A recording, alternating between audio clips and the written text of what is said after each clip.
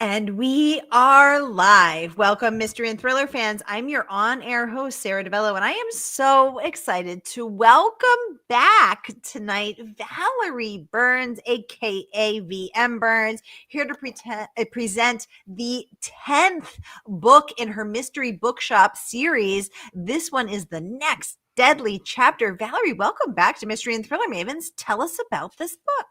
Well, thank you, Sarah. I am happy to be here. I always love chatting with you. And the next deadly chapter, it is, like you said, the 10th book in the series. I'm really excited. Yay. And, it started with Samantha Washington wanting to be a writer and open her mystery bookshop. Well, 10 books in, she has written that book and is finally published and is living her best author life, going out and talking to readers. And so this book starts with her talking to a group of people at a casino in, the nearby town for her. And she gets a heckler.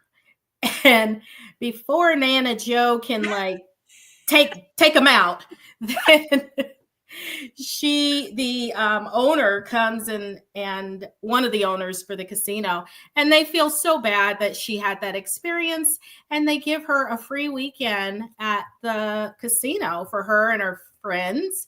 And it's perfect timing because she's going to be meeting her soon-to-be mother-in-law.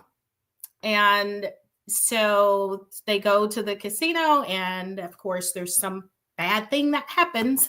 The heckler meets his end, and they have to figure out who done it. I love it. Just as an aside, a heckler in the audience is, I think, everybody's worst nightmare. I saw it, and I want to talk to you more about that. But first, I just want to welcome everyone because we are broadcasting live to 7 different destinations across Facebook and YouTube. And wherever you're watching from, friends, you are in the right place. It is the right time. It is Mystery Monday. And because Mondays can be murder, we are going to make it a little less painful and get your week off to a killer start. So if you've been here before, you know the drill. And if you're new, welcome. Here's the drill. Every Monday, I give you my handpicked featured authors and you get to ask them anything. So ask Valerie about her writing process. 10 books in the series. Wow, we're so excited to celebrate with her. The book drops tomorrow morning. Get the inside scoop on the writing, those adorable dogs in the front cover. We have so much to talk about. Just let's jump right in. So we have Sharon joining us from YouTube saying, "Hey girls." Hey Sharon, look at your little Hello Kitty. I love it. We have Robin joining us from Facebook saying, "Hi, Sarah and Valerie from Cozy Coeur d'Alene, Idaho." Bonjour to you. That's something very French over there, Robin. I love it. Randy T joining us from YouTube with his very on-brand black cat. I love that. Very mystery, very thriller. Murder by the Book saying a heckler in the audience. Oh no, I know that's my worst nightmare. So let's talk and Jane Brannigan Coffin, welcome to the conversation, saying so rude, right? Who would heckle? Right. Renee is joining us from Facebook saying hi, Sarah and Valerie from rainy Southeast Florida. Hi, Renee. Yes, a heckler. Okay, so first of all, it is my worst nightmare. Yes, Robin, heckler. This book opens with our heroine Samantha getting heckled. And someone submitted a question in advance. Valerie, have you ever been heckled, and how would you handle it if you were? So personally, I have not been heckled with any book-related things that I have. But my day job before I retired used to be as a corporate trainer. And there were individuals who had their own opinions about different software that I might be teaching, or when I taught customer service, they had some negative experiences that they wanted to share out loud in front of everybody. And so I have dealt with hecklers before, and I tend to try and turn it around and make it not the negative that they want it to be. So I saw a clip. I feel like I see clips on Instagram of comedians getting heckled, which that is just, I would never heckle someone, especially not a comedian, because they're going to clap back at you real fast. Exactly. But it would be so terrifying because I wouldn't be able to think fast enough in the moment. I always have, I wish I had said. So in the shower, I come up with the best lines of what I wish I had said, but not at the moment so much. And Robin, I was just about to bring this up. Robin is saying, not so cozy Coeur d'Alene at the moment.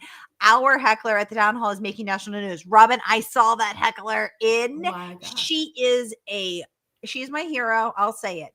She is standing up for what she believes in. She is speaking truth to power. She is being that brave woman as these men drag her out again, violating her right to free speech. But I literally, Robin, I was thinking of you because I was like, I had never heard of this town before, but Robin's with us every week, and I'm like, now I know Coeur d'Alene, and then I saw it on the news last night. I was like, oh my gosh, your town is now famous. She's getting into good trouble, as we like to say. She's getting into good trouble. Renee is saying she would block that person or bot. But what if you were live, Renee? This is happening to Samantha live. But anyway, well, the heckler gets what is coming their way, because that poor jerk ends up dead. So it does not pay to heckle in a mystery. Yeah, you don't want to heckle in a mystery, because that's not going to go well for you. And as the teaser says, Samantha may have to step over a few dead bodies on her way to the altar, and this dead heckler ends up in her future mother-in-law's room. There's probably some people in here who would like their mother-in-laws to go the way of the heckler.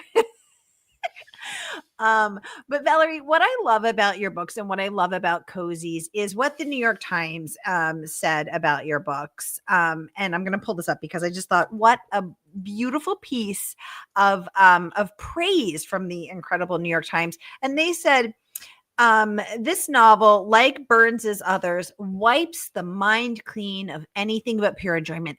And don't we just need that right now? I know I do. Yes, that was wonderful. It was the best thing ever to have the New York Times say nice things about my book. So, yay! So, Valerie, I think what I love about Cozies and I love about your books is that I know that I'm gonna have fun. And in the end, there will be justice. Mm-hmm. And that doesn't happen off the page all the time. Tell us about what do you think readers love about Cozies? What do you love about Cozies? So I think that the thing about cozy mysteries is that you're going to have to solve a puzzle. There's going to be something that happens, but it's not graphic. It's not violent. You don't see all the blood, guts, gore of everything, horrible that's happening.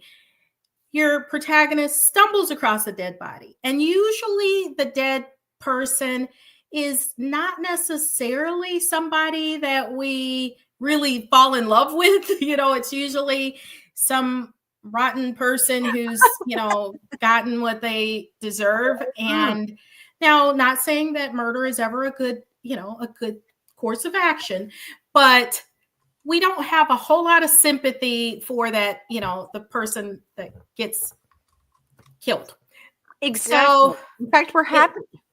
We are happy because they probably deserved it to a certain extent, but regardless, it's the fact that we are in this world, we are reading a story that hopefully will be entertaining, and that the reader is going along on this journey with the sleuth, trying to figure out the clues and figure out who done it.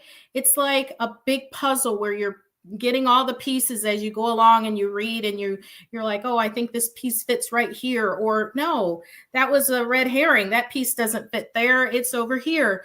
And so hopefully by the end of the book, the reader and the sleuth, in my case Samantha Washington, they get to the end at the same time, and justice does prevail in the end in a cozy. And that justice may not always be prison. It could be, maybe it's something a little milder, right? But there is a sense of justice, which we don't always get in the real world. And I really need that, Valerie. I really Me do. too. Robin is saying, congratulations, Valerie, for the New York Times. Yes. Yeah. How incredible. I would get that tattooed on my face. I would have it on my business card. I would have it on my wall. I'd be like, welcome to my house. Here's a napkin. Here's a towel. Please note what's embroidered on there. Valerie, Amanda had a question for you about your writing, and then I had a question for you as well. Actually, I'm going to go with mine first, because while we're talking about, you just mentioned red herrings, and that the reader, as you said, is going along with the sleuth to solve a puzzle. So as a writer, how are you envisioning that? Are you thinking, here's the end, and then I'm going to reverse engineer it, and I'm going to put in those red herrings, the misleading clues, the twists, whatever? Or are you, Valerie, going along with Samantha and then the reader figuring it out as she does?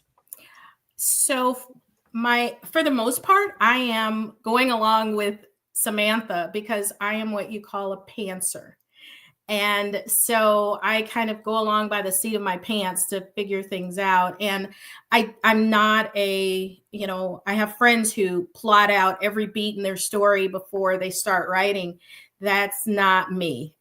I know my characters, and I spend a lot of time getting to know them and know how they would respond in various situations. I know who I want to kill. And when I was working, I would, if my coworkers ticked me off, I killed them. So that was my stress relief.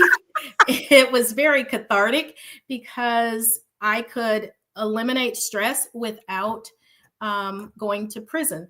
And so I had a long list of people that I would, to be murdered in my books. So I knew who I was going to kill, and I know my characters. And then I like to just write and see where they take me.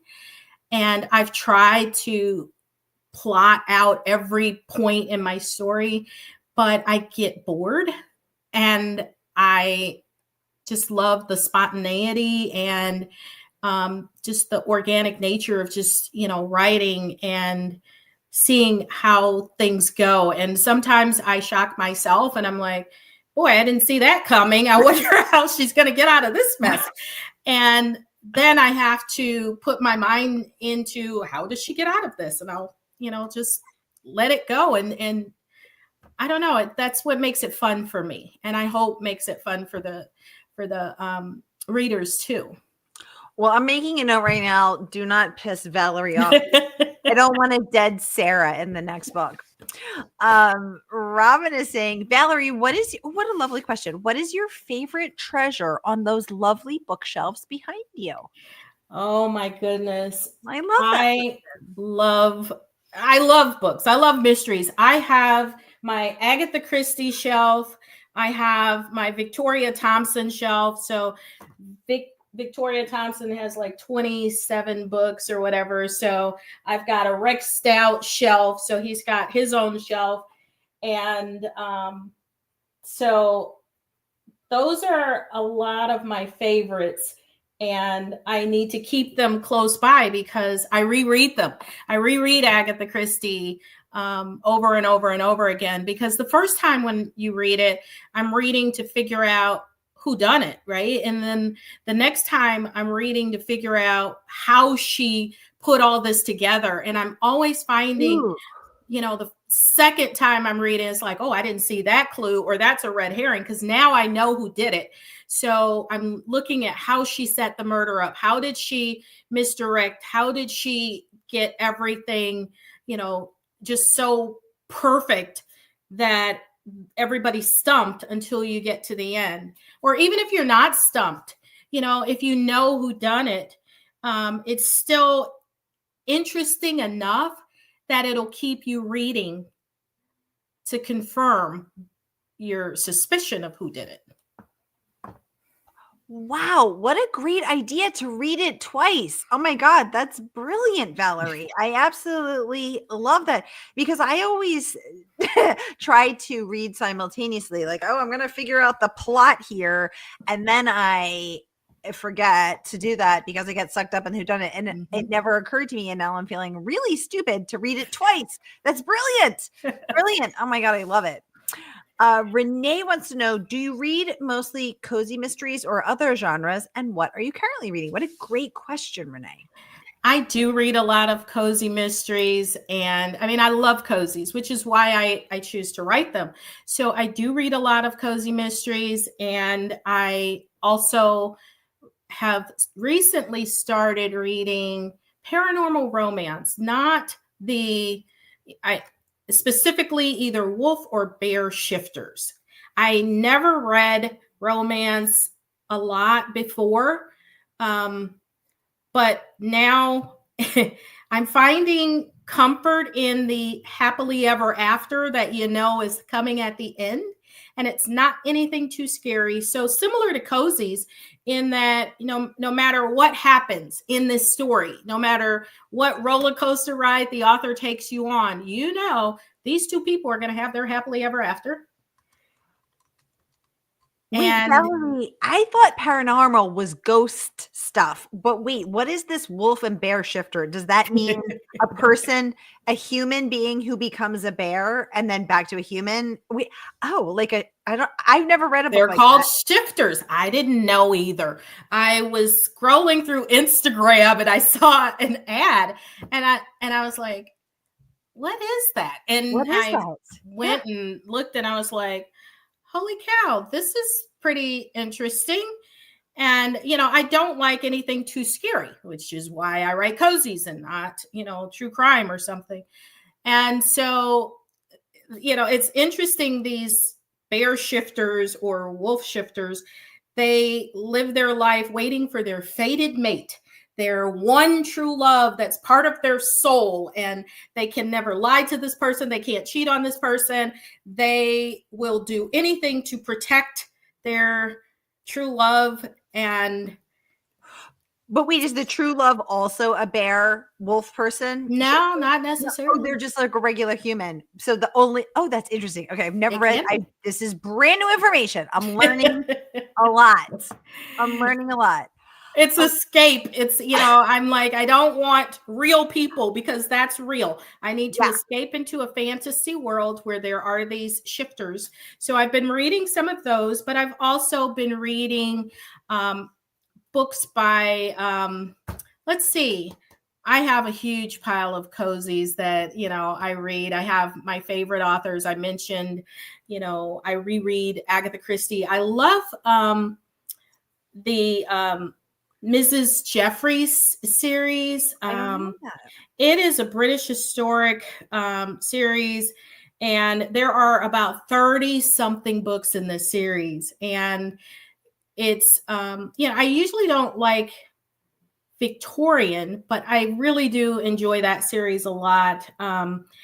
It started, I think the first book was The Inspector and Mrs. Jeffries. And I also, let's see, I love Leslie Budowitz has a spice series. Nancy Coco has her fudge series. Those are fun.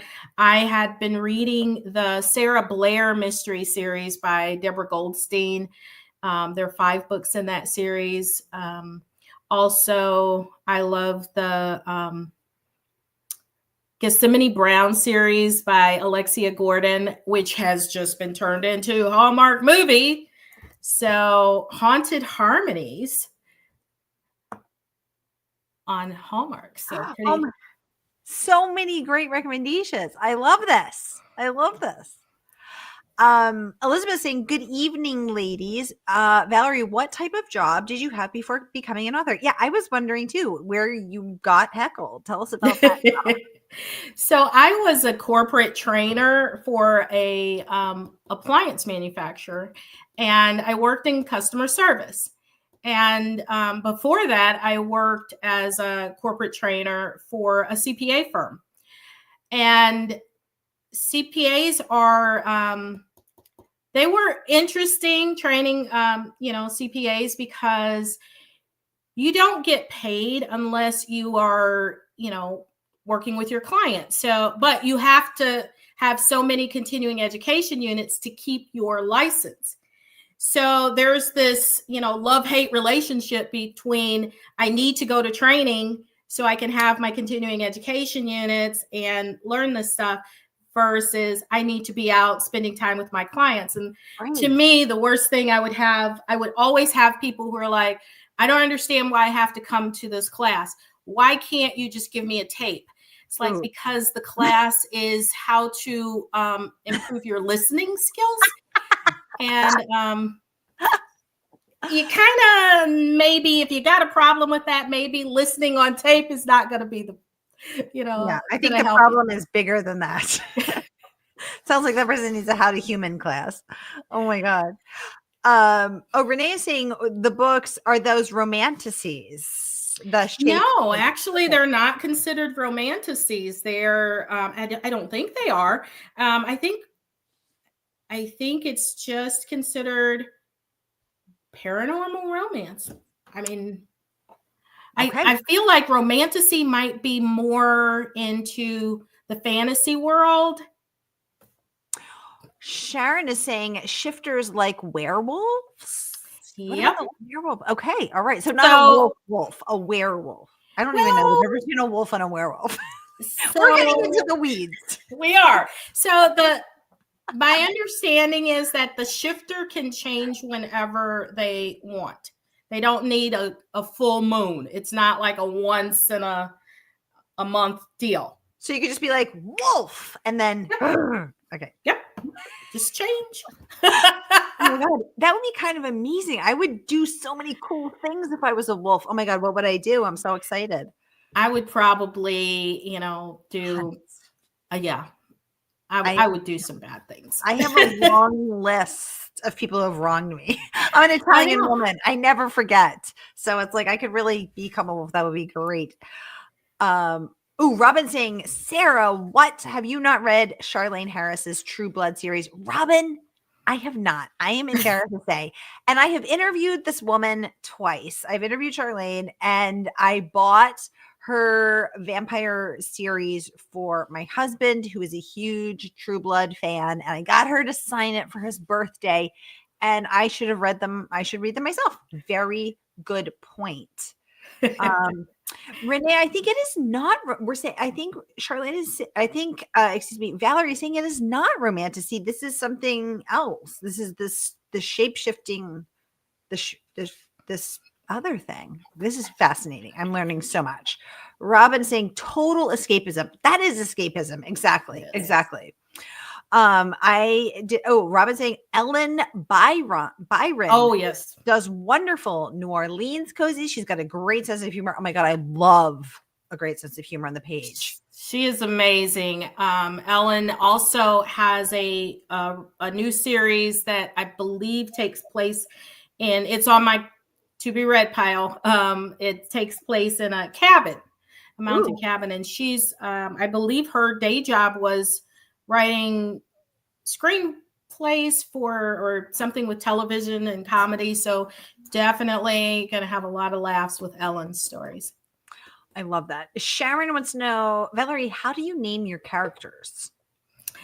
Well, so when I mentioned that if my coworkers would tick me off, I killed them. Well, I wanted them to know that I was killing them. So I would use their initials. I would change the name, but I would leave their initials. So I was in training, and the person who was over the scheduling, workforce management, we would have a challenging relationship. And so I think I've killed a lot of WKs in my books because that was his initials. And so I would, that's how I kept track of, and I would describe them just like that person. But yeah, I would change the name, but I left the initials. So they would read my books to see if they recognize themselves or somebody else. And they're like, who was MM that you killed in, I'm like, you're going to have to figure this out. So. Oh my God. So did WK ever realize he was WK? Oh yeah. I told him that I killed him, and he decided, he would like to poke me. He's like, is there a Guinness Book of World Records for how many times someone can be killed in a series? Because he was, I think, trying to hit the record. I actually remember walking up to him one day because, publishing is slow. So, you submit proposals for books and it could be months before you actually start writing. And so I passed him and I'm like, I don't know what you did to me a year ago, but I'm killing a WK in this book. It got to the point where I started making the WKs women. So there's a woman with the initials WK just because I was running out of male names. Oh my God. I love this. So this level of, I live for this level of petty. This is my ideal level of retribution. This is fantastic. Oh my God. Robin says, maybe improve your listening skills. LOL. Exactly. Oh, Renee is saying, what about a spooky cabin? Robin saying, were tigers too. I didn't know there were tigers. Oh my goodness. This is, yes. Exactly. I have seen these shifter books where they have all kinds of shifting. The one, it's so comedic. They have, even a ferret.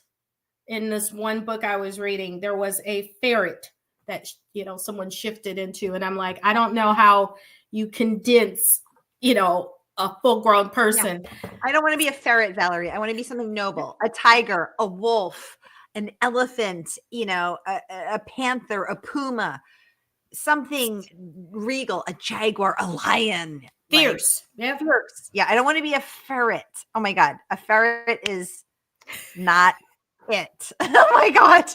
Ooh, what would you transform into? Me? Yeah. I think I would go for the bear, right? Because they can eat you. Okay. What kind of bear? A grizzly, a black bear, a polar bear? No, I don't want to be cold. So I'm going to say a grizzly. Warm weather bear. A warm, someplace. There are no warm weather bears. There's no Caribbean bears, Valerie. Okay. They hang out in the cold. You're like, I don't want to be in the cold. Bear. I don't want to be in the cold. A native to the Aruba, the white sand beaches of balmy Aruba. That's my kind of bear.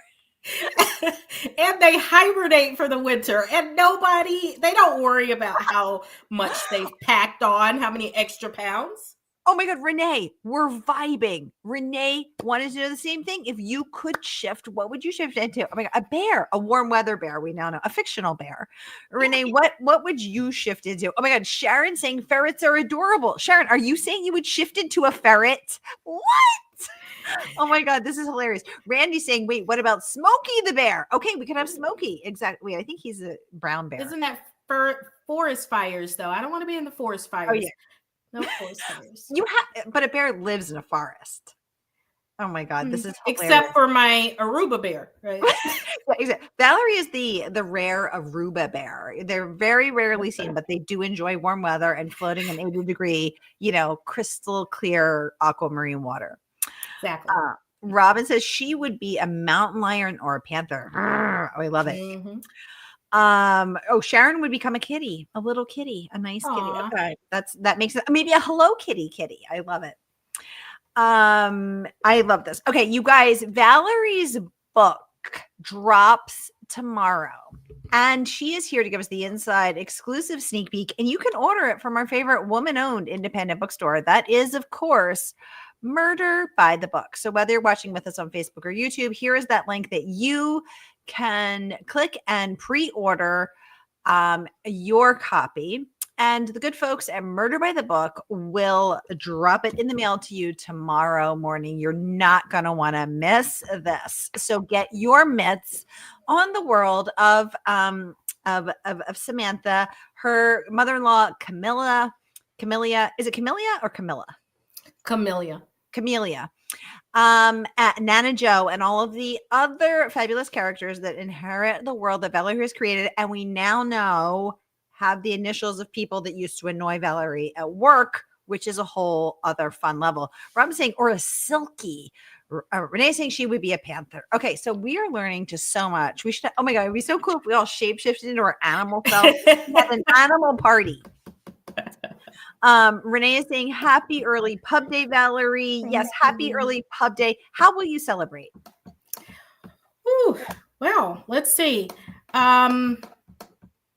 Today was my one of my poodle's birthday. And so other than getting a treat, she hasn't gotten a whole lot of love because I had a deadline, something that was due today. So I'm like, we'll celebrate tomorrow as I'm typing away. So tomorrow I will be spending my day with Kensington. Yes, I did name her after my publisher. I call her Kinsey. It's her birthday. She turned 10 today. Happy birthday, Kensington. Oh my God, I love it. Happy birthday, Kenzie. We love that. Well, it has been so much fun to interview you. Again, thank you so much for coming in to celebrate the night before your book comes out. Give us the inside scoop. Here again is that link, whether you're watching on Facebook or YouTube. You're not going to want to miss this much fun. So click and pre-order your copy tonight, y'all.